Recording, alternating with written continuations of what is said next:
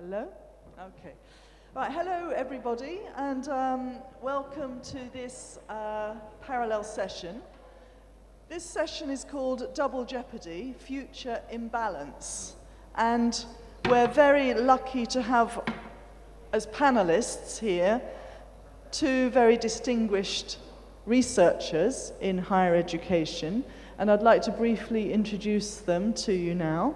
Firstly, on my right, we have Professor Louise Morley, who's the author, along with Barbara Crossword, of the piece of research that was commissioned on women in higher education leadership.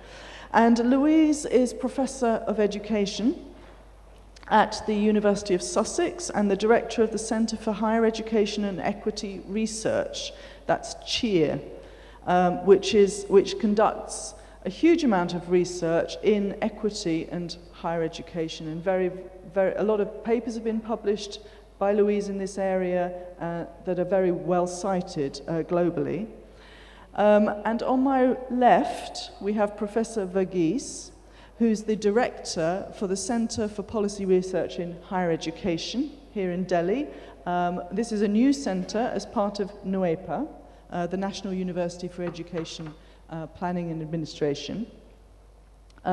Professor Verghese has come to this role from UNESCO, where he was the head of governance and management in education at the International Institute for Education Planning in Paris, and has a distinguished career in research, the author of 20 books and many 150 research papers plus. So we have a wealth of experience on the panel, and what I'd like to do first of all, I should just mention that we're going to have probably about 30 minutes, 35 minutes for this session. So we're going to have maybe about 10-15 minutes from the panel, and then I hope that we'll have more of a discussion and more of an interactive session with comments and questions from the audience, so we can debate some of these issues that are being posed in this session. So just to set the scene, this session is addressing the difference in gender of participation rates for male and female, and the implications that has for future leadership in higher education. So we're looking at trends that are happening now and having a really sort of almost futuristic discussion about what that will mean for higher education leadership. So at the moment, what we're seeing in many countries around the world is increased female participation in higher education. In some countries, female participation outnumbers male participation at all levels of study, at undergraduate, at master's, at PhD level. Not in all countries around the world, but in some countries, and that is the trend. In the UK, there are about 20 universities in the UK where female undergraduates are double male graduates. So that's having quite an impact on the UK. In some countries, especially countries that have international students coming to them, this discrepancy has almost been camouflaged. It's been disguised by the flow of international students into those countries, where traditionally those have been mainly male students, although that's changing now. But the international male students have hidden the figures of the rise in female undergraduates particularly. But now, when we have the data, we can see that females are outnumbering men. And that might not be happening in all our countries right now, although it is in some, but certainly the trend looks that way. So the question really is, what are the potential implications for higher education globally? If we look at the big picture, where we're having more women enter higher education, what does that mean for global higher education? That's the first question.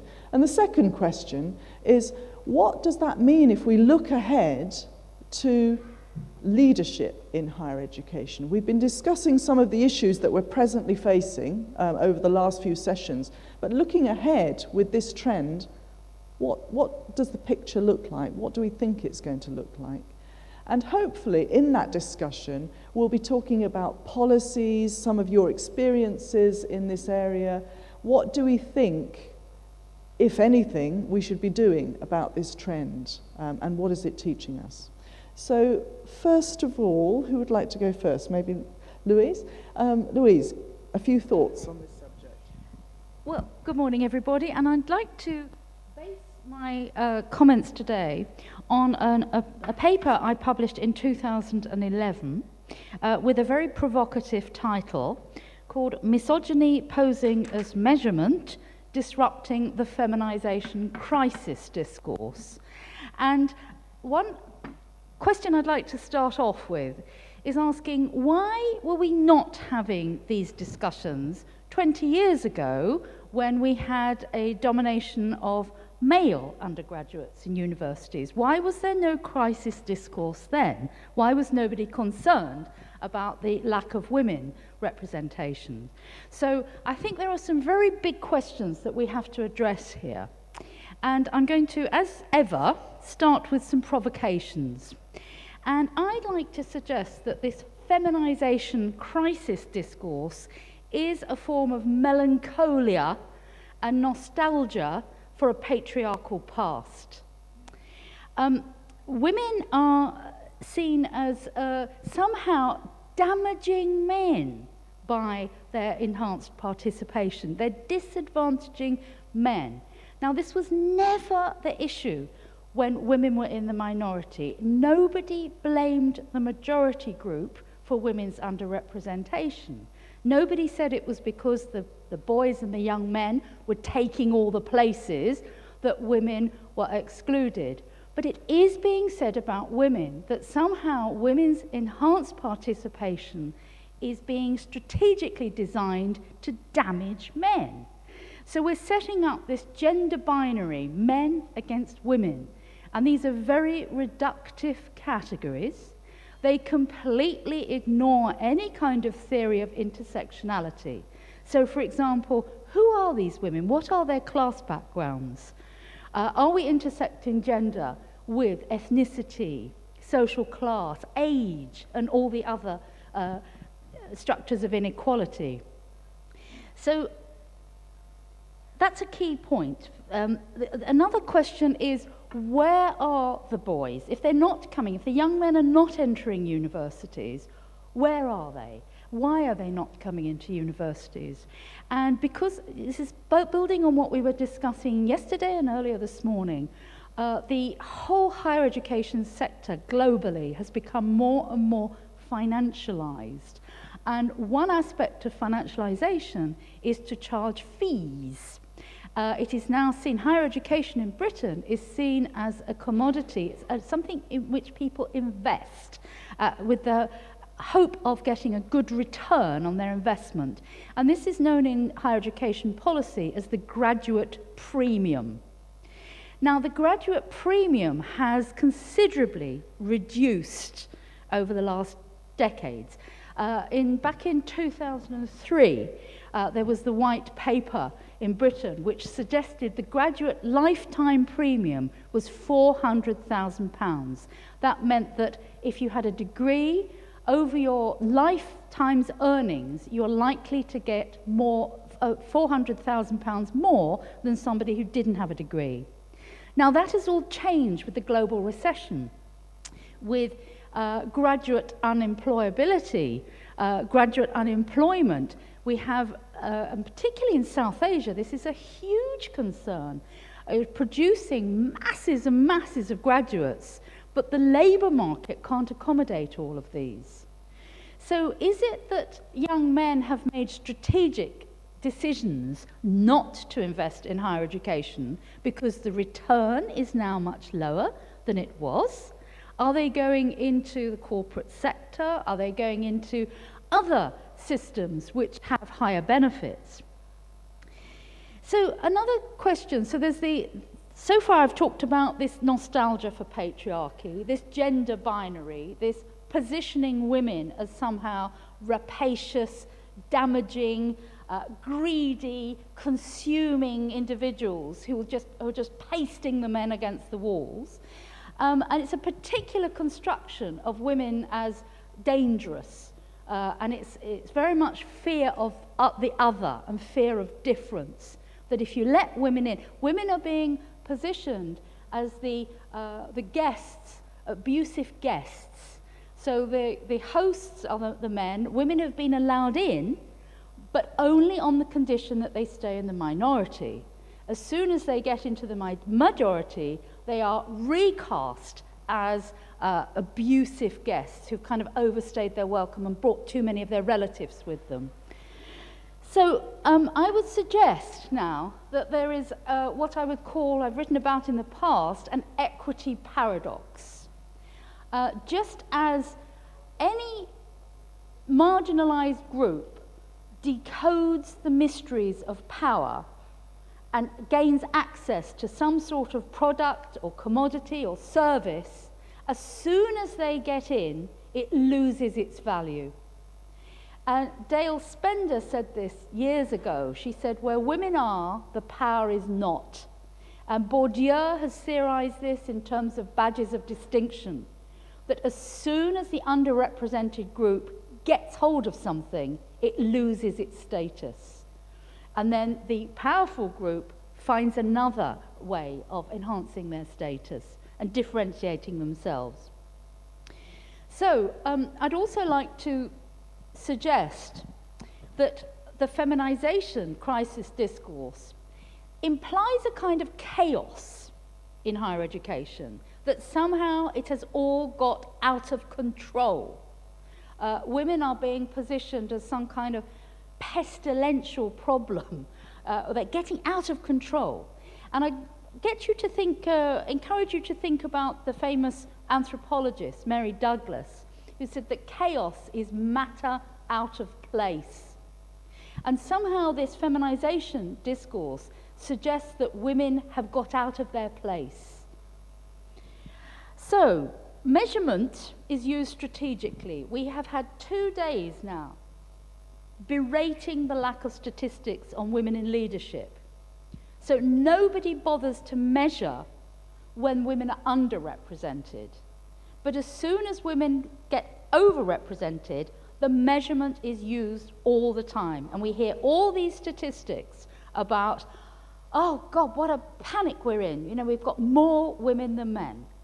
We have, in some disciplines, we have more women than men. In some geographical locations, we have more women than men. But globally, still men dominate higher education. And it's very similar to what is happening globally in primary, basic education, where you have huge numbers of women teachers, but huge numbers of male heads. So yes, women are getting into higher education as undergraduates in some disciplines, but that needs contextualizing. Are women getting the same advantage in the labour market?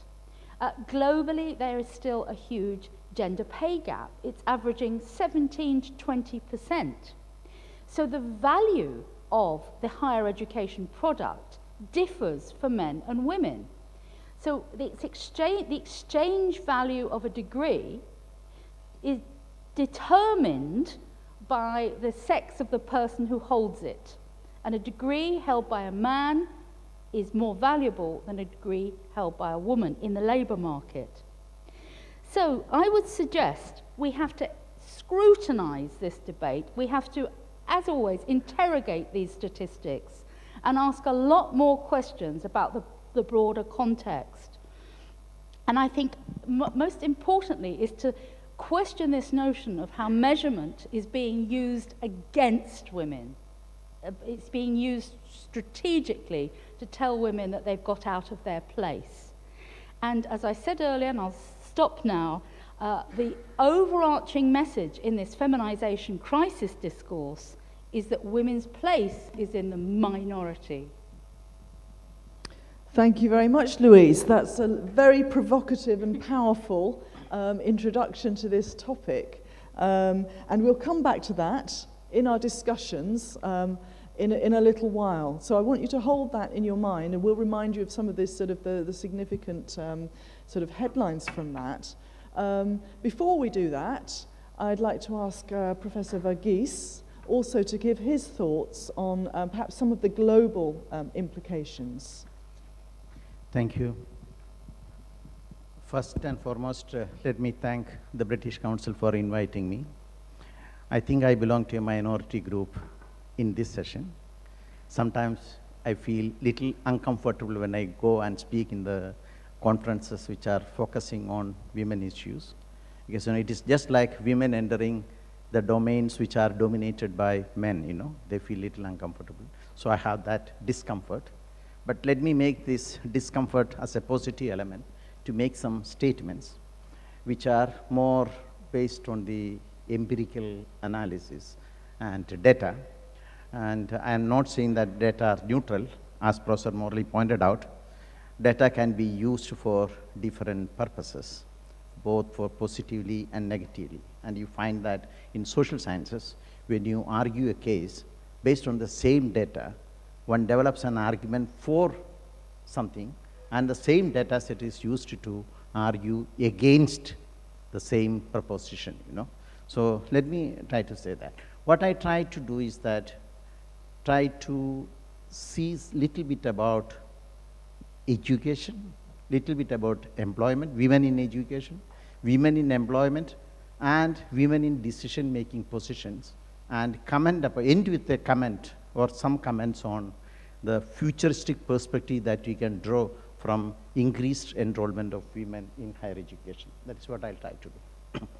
Now, if you look at the education scenario and distribution of sexes in terms of enrollment, what we find is that even when enrollment is, if I can use the word net enrollment ratio or gross enrollment ratio, which is 80% and 90%, gender parity index is below 1 or below unity. That is what you find. One surprise, this is true in the primary education, this is true in the secondary education. But when you come to higher education, I have an interesting hypothesis, which I used to tell earlier, which people never used to believe, but now people started believing, that once the gross enrollment ratio crosses around 25% in higher education, you will find gender parity index equal to unity or 1. And if it comes to around 35 to 40%, what one finds is that gender parity index crosses 1. Which means that in stages of massification of higher education, the stage of massification of higher education and the stage of massification of higher education, the gender parity index is already 1 or 1 crosses 1. And in the case of universalization of higher education, which is above 50% of the GER, what one finds is that, that's the case with all the OECD countries, what one finds is that invariably the gender parity index is much more than unity. So this is one trend that we find why this is happening. And my own explanation to this trend is that what is happening is that education is also a screening process, and this screening is a social screening processes, and whereby one finds that once we move at the higher ladders of education, what one finds is that people from the lower stratum or lower strata of society are declining. And by the time it finishes the secondary level and higher education level, what one finds is that there is more equality in terms of the social and economic context in which men and women are born and brought up. And that is the stage we talk about the operation of the market globalization processes and many things that are taking place and the expansion of the system. And when the expansion of the system takes place with a more comparable socio-economic background, one finds that more equality and women progresses. Which means that if you give equal opportunities based on the comparable levels of socio-economic background, we find a tendency and a trend whereby women can progress faster than when we talk about the deprived situations, So the strategies which needs to be followed are different. This is my first point. My second point is that when you look at the labor force participation, that is about the employment, when you look at the labor force participation rates, what one finds is that labor force participation rate of men are always higher than women, both internationally, by countries, and in the least developed countries. This is one. The second part that we find is that labor force participation of the youth, we find that there is a declining trend that we find among women, but I am not surprised and I am not worried about that. Why? Because as more and more women are entering colleges and universities, secondary schools, colleges and universities, this trend is a welcome trend. A declining labor force participation rate of women in the youth age group is, I consider, is a positive trend because they are doing more useful work rather than entering the labor market at the age of 15 or 16. They are going to the college, they are going to get degrees, and they are going to enter into higher or better jobs, you know. So that is a positive trend that I find in terms of the labor market participation rate. So I'm not worried. So I have seen articles which you get worried why this decline takes place, but I do not belong to that category who gets worried about that. I find it as a negative trend, but I find it as a positive contribution to women's investment in women and their education capacity development and development of the professional and competencies. The second dimension is that women were excluded from employment, but women started coming to the employment. When women started coming to the employment, there is one type of criticism that when men make, because men are losing their jobs. So there is a theory of overcrowding, you know, which was developed in 1920s. So that I'm not getting into that. But what is happening is that women are kept in the marginalized jobs, peripheral jobs. So they are employed, but they are not employed in the main job. That is a distinction that I want to make between decision-making jobs, professional jobs, and other things, you know. First they were excluded, then they were included. When they were included, what you find is that they are in the lower-end jobs, you know. So, for example, if you look at the distribution of men and women in the job market, what you find is that men are overrepresented in occupations like, you know, crafts, trade, plant and machine operations, managerial and legislative positions. These are decision-making positions where you don't find that much of women. Whereas where you find that women are represented, you will find that clerical, sales, and service occupations. Even in the higher education sector, what you find is, this is the pattern that you find mostly among the women and men. And where you generate more income, where you generate more resources, where you get more returns, you find that men are employed. I'm not talking about education, I'm talking about employment, where the salary levels are higher, etc. But at the same time, the impact of higher education on women, I'll try to see it in terms of two things. One is that the opportunity cost of inactivity increases if one is a higher education graduate. I'll repeat, the opportunity cost of inactivity increases. And therefore, when women are overrepresented in the universities, they feel there is an opportunity cost, a higher opportunity cost that is left, and this forces them to come to the labor market. And that is one of the reasons that you find that the labor market participation of women, of educated women, are higher than those who are less educated. You know, what used to call as a kinked demand curve in the 1970s and 80s, you know, is a representation of this factor that you find in many places, you know. And what one is also find is that if women are higher educated, they get to opportunities to enter into the jobs where opportunities to express themselves and opportunities for equality are better. So 2 points that I'd like to make. Once you are higher educated, women higher educated, the opportunity cost of inactivity is higher, and therefore one is forced, more and more women are forced to come to the labor market. That's a positive sign. The second is that educated women are more seen in those jobs where opportunities for equality are much better.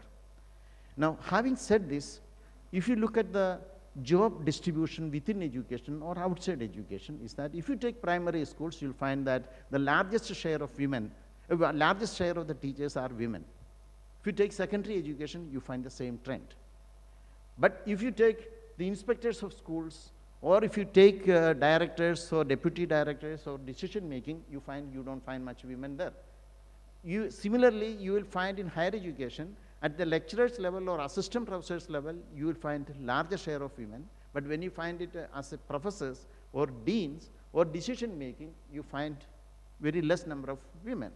So the enrollment trend and GPA varies between primary and higher education educated women. The job ladder that they are climbing through is similar. That's a point that I want to highlight and underline that you find in women. So now, what does this mean in terms of policy implications, What does it mean? My own feeling is that I have looked into the literature. What I find is that it is not so explicitly quoted. What I find is that we had to decide whether we want a star value for a woman who has become a director general, CEO, etc. of a company, or we want to have a formidable force to take decisions and force decisions. I think from the futuristic point of view, this is very important. And some of the studies have said that when women is around, colleagues or women workforce is around 35 to 40%, they become a formidable force and they are in a position to influence decisions in a much better way. So my argument is that the future lies, one of the elements in the future lies in increasing this share at least to 35 to 40%, and I'll be very happy if somebody puts us a target in some of the things, like the targets were put by Norway, government of Norway, and also you find in some of the companies in the USA that what should be the share of women in the boardrooms, So that is one element that I would like to say. The second dimension when we talk about women's leadership is that there is a need to redefine what are the qualities of a leader, a good leadership. Why I'm saying is that one of the issues which are not adequately addressed in the gender issues is that the leadership qualities of leadership qualities are defined in terms of the traditional male characteristics. And I don't think that the whole world is managed very well. And you cannot blame women for that, because they were not in the leadership. Men were in the leadership, and the disasters and many other things that are happening. So you cannot say that it is because of women. So they are safe from that point of view. Now, what we are trying to do every time is that whether women have those characteristics which are traditionally male characteristics. This is a wrong way of putting the question. I think conferences like this should revert this issue in the sense of redefining the characteristics that are considered to be positive for encouraging and engaging leadership, So how do you develop that? How do you redefine this leadership? So we have to deviate from the traditional definitions of leadership.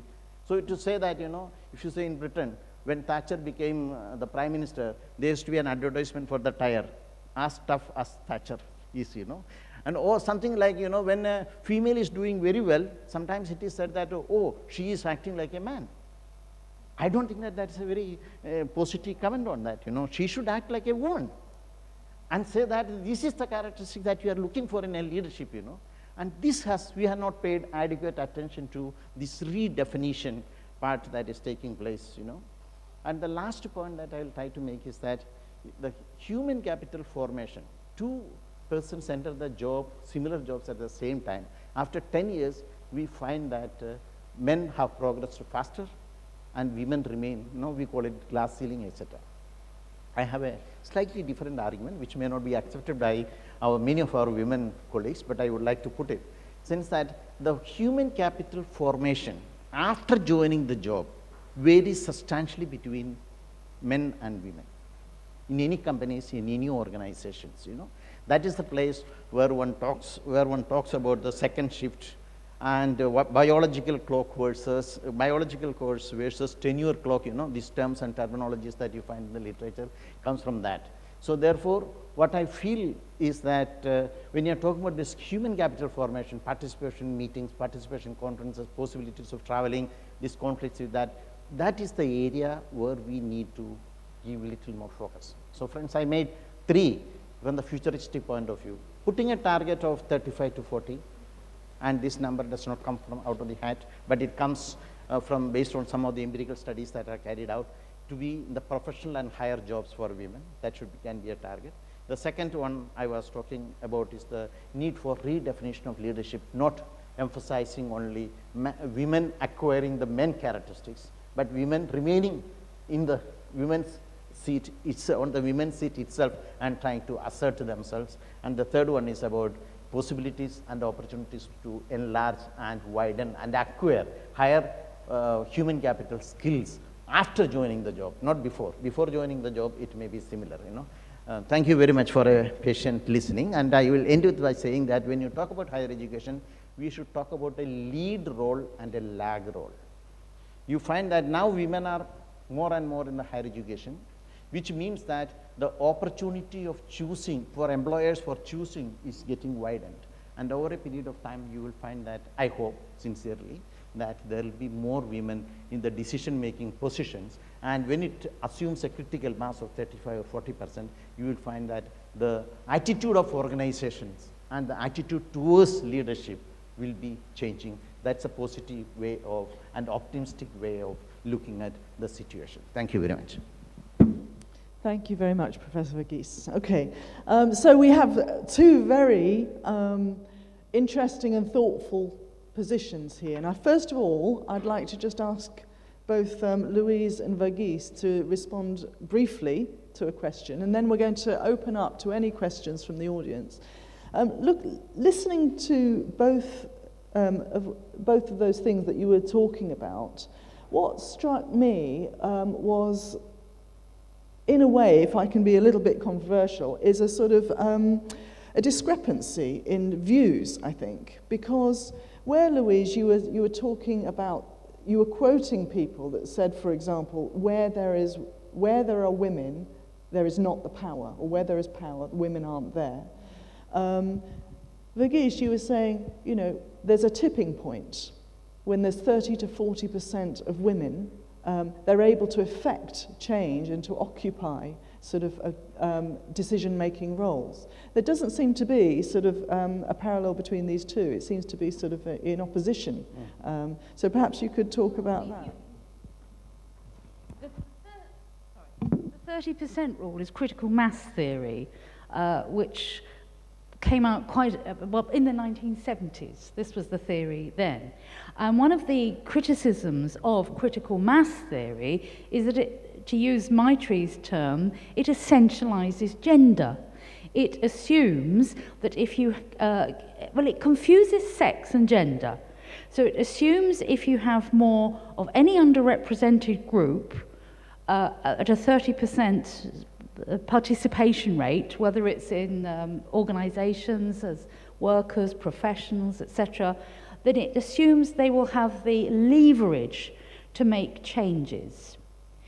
What this doesn't take into account is the fact that gender is actually a verb, not a noun.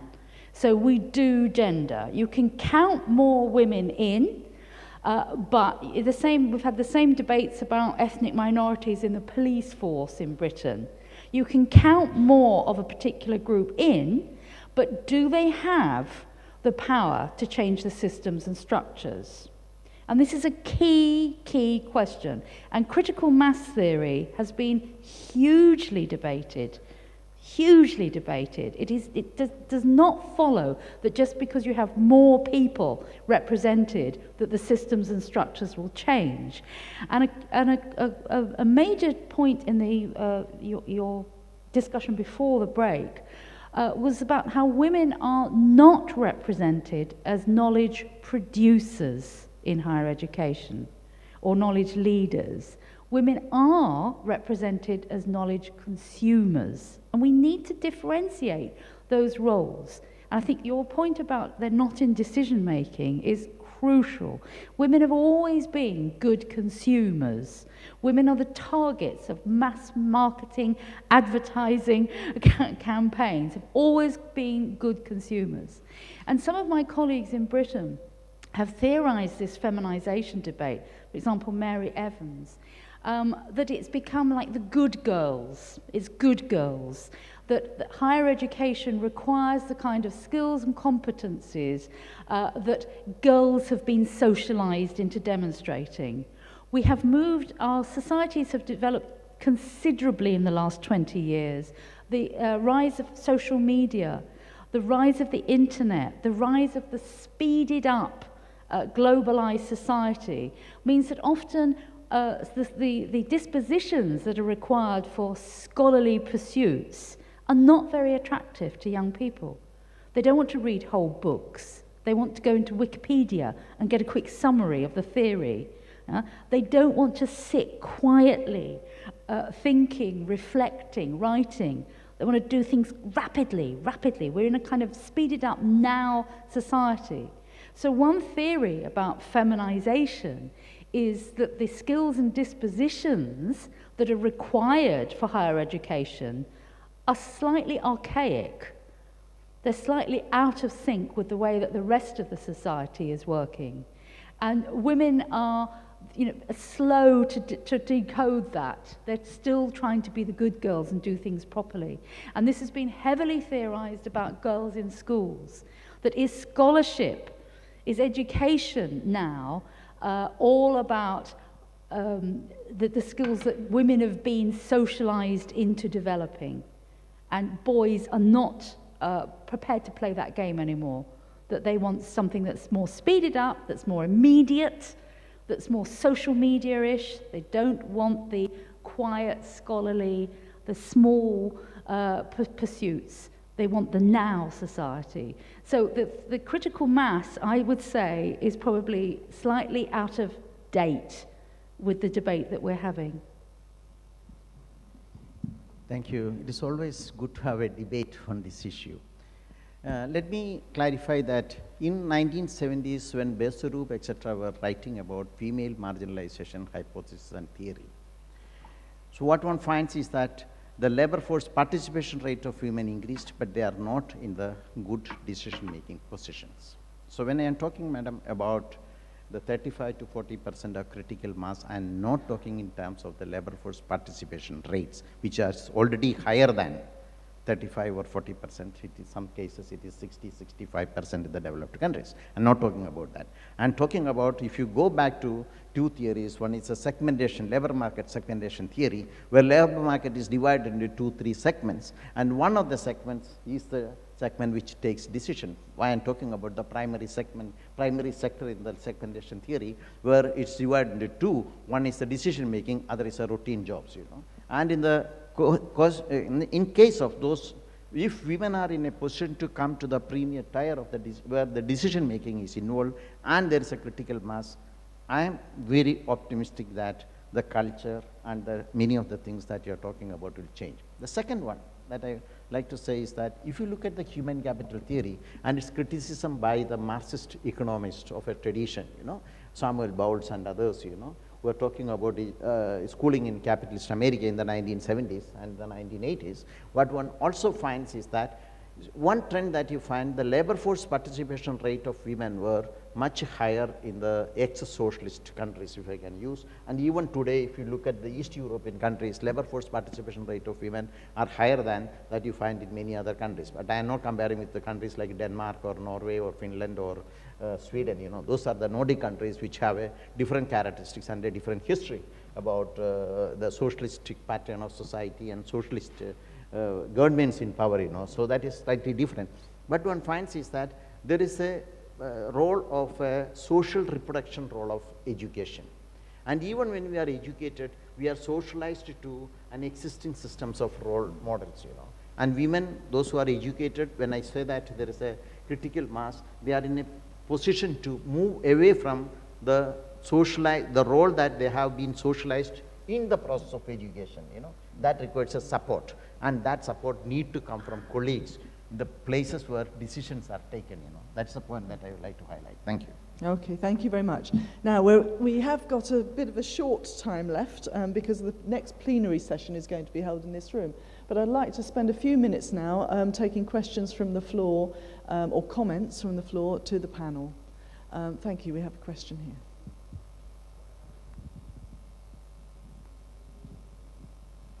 Thank you, Chair. My question would be to both our panelists and experts today here.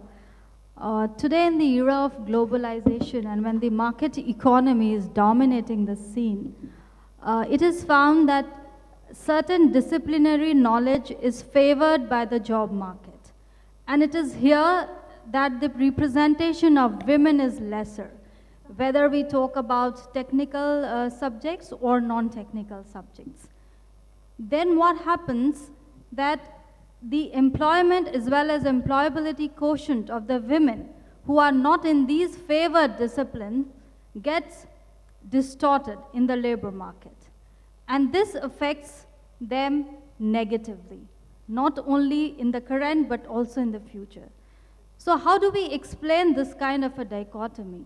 Because it has serious implications for the future, not only from the point of view of women who might have some kind of a social prestige attached to their higher education degrees, but they may not have some kind of a comparative advantage in terms of economic advantages arising out of these degrees that they hold.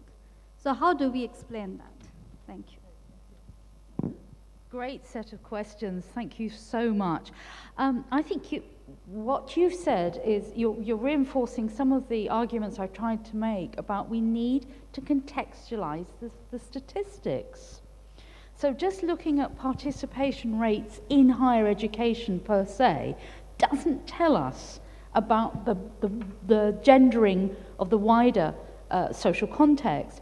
And I think an example I always use to illustrate this is the Gulf, what's happening in the Gulf.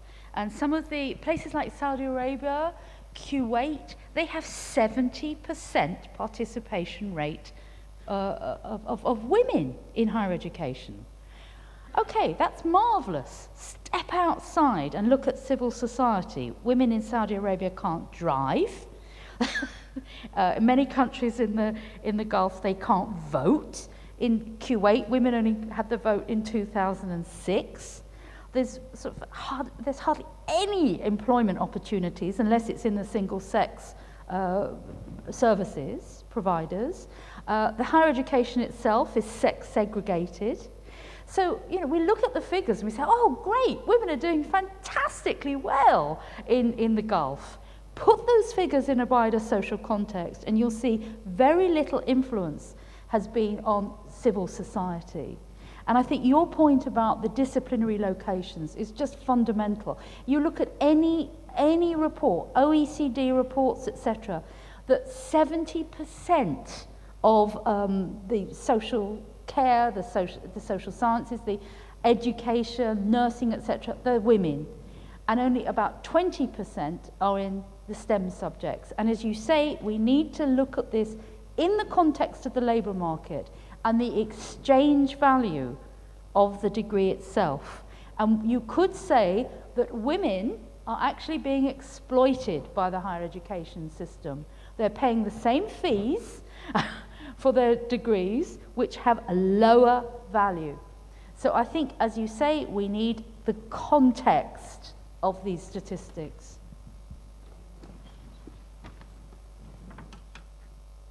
I agree with what Professor Mona said. It is true that the choice of subject areas is an important dimension. But I will also say that if you look into some subject areas like management, we find a steady increase in the share of women enrolled in the management subjects, which is also a market-oriented subject. Similarly, you'll also find that traditionally even, if you look at the medical subject, now I'm not talking about the nurses, I'm talking about the medical sciences, which are professional categories, you also find an increase that is taking place. And if you take health services, etc., not only at the lower level, but also at the middle and the higher levels, you find many women in these two sectors that you find. And you find that if you go to a nursing school, whether it is a dean or DSW and all other things, you will find that women are, I'm not saying that this is as a great achievement, this is a feminized type of educational sector or segment that we find. So I agree with you that, there is a need to look at this. But the major issue is that how decisions are taken when it comes to admissions to different courses. Whose choice is it? Is it the choice of the individuals or it is the choice of the state? If it is an individual choice, the answer is different. But if it is a choice exercised by the state and whereby restrictions are imposed, the policy directions and the policy implications are different and the intervention strategies will be different. Thank you. Okay, thank you very much. I'm afraid I think people are... Peter, can I ask you what time the other sessions are finishing? No, okay.